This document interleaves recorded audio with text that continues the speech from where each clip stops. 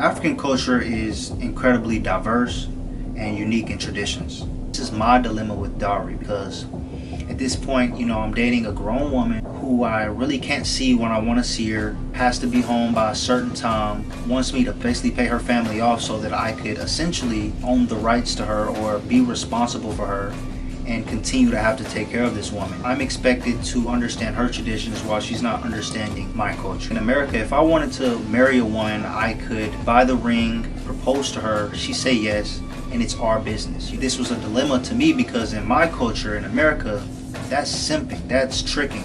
I don't believe in paying for women. I've never believed in paying for a woman's love, a woman's affection. I've never believed in paying for sex or any of those type of things. So this is a mental barrier for me. The same things that are great about that relationship with an African woman are the same things that are drastically not great when it comes to an American man. I felt like I was dating a child. Hey, she wanna take it to Fiji. I'm chasing the check, ain't chasing the chick. She do anything just to see me, do anything just to please me. Yeah, I cannot settle for baby if she doesn't need me.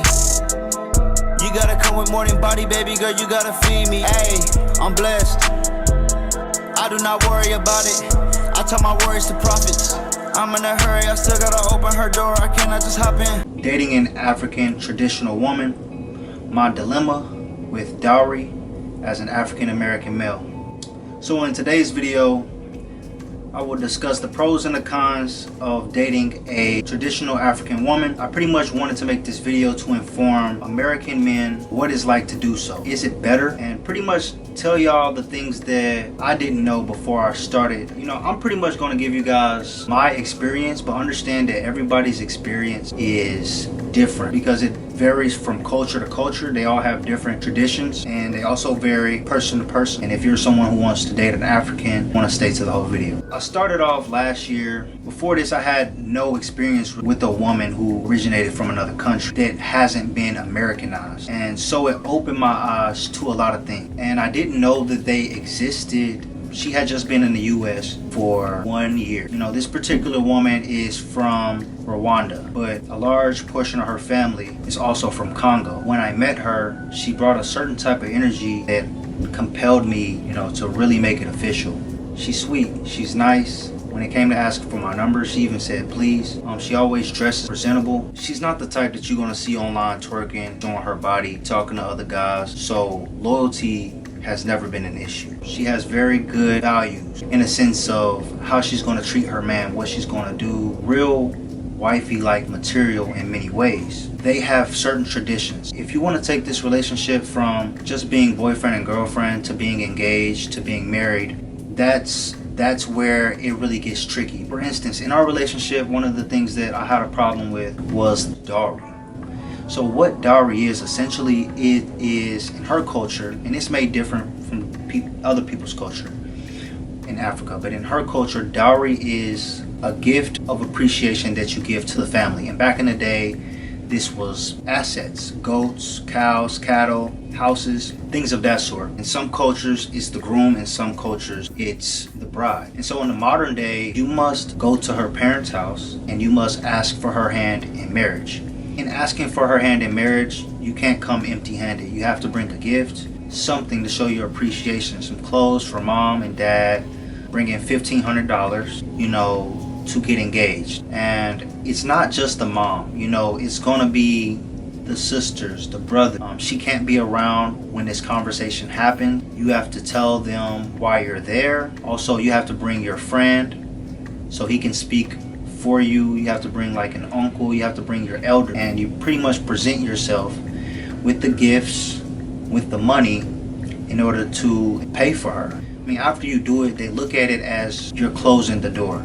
No other person can come to her and say, I want to get to know her in any type of way. This is something that I've never heard of, and I had to do a lot of research on it just to wrap my mind around it. And this is one of the major things that we would argue about when it came to us, because it was so different for me because I'm American. In America, if I wanted to marry a woman, I could buy the ring, propose to her, she say yes, and it's our business. You understand what I'm saying? And if you really have a girl that has her father in her life, you go talk to her parents and say, hey, this is what I'm going to do. You let them know and ask for them blessings. But this was a dilemma to me because in my culture in America, that's simping, that's tricking. I talked to them and I told them, you know, I don't believe in paying for women. I've never believed in paying for a woman's love, a woman's affection. I've never believed in paying for sex or any of those type of things. So this is a mental barrier for me. Not only is it a mental barrier, it's a financial barrier too, because it'd be one thing if I was rich, but in addition to having to pay the $1,500 to get engaged, when you actually get married, you're more so expected to give more amounts of money for dowry. Unless I fulfilled the tradition of dowry, I couldn't be out with her past a certain time. She had to be in the house by a certain time. She couldn't stay the night. I felt like I was dating a child. I felt like, oh, you have to be home by a certain time and you're 21. You get what I'm saying? Now I'm really faced with the issue of feeling like she can't make decisions without her family being involved. Versus being in America, if my girlfriend wants to come over, she can stay the night, she can do whatever.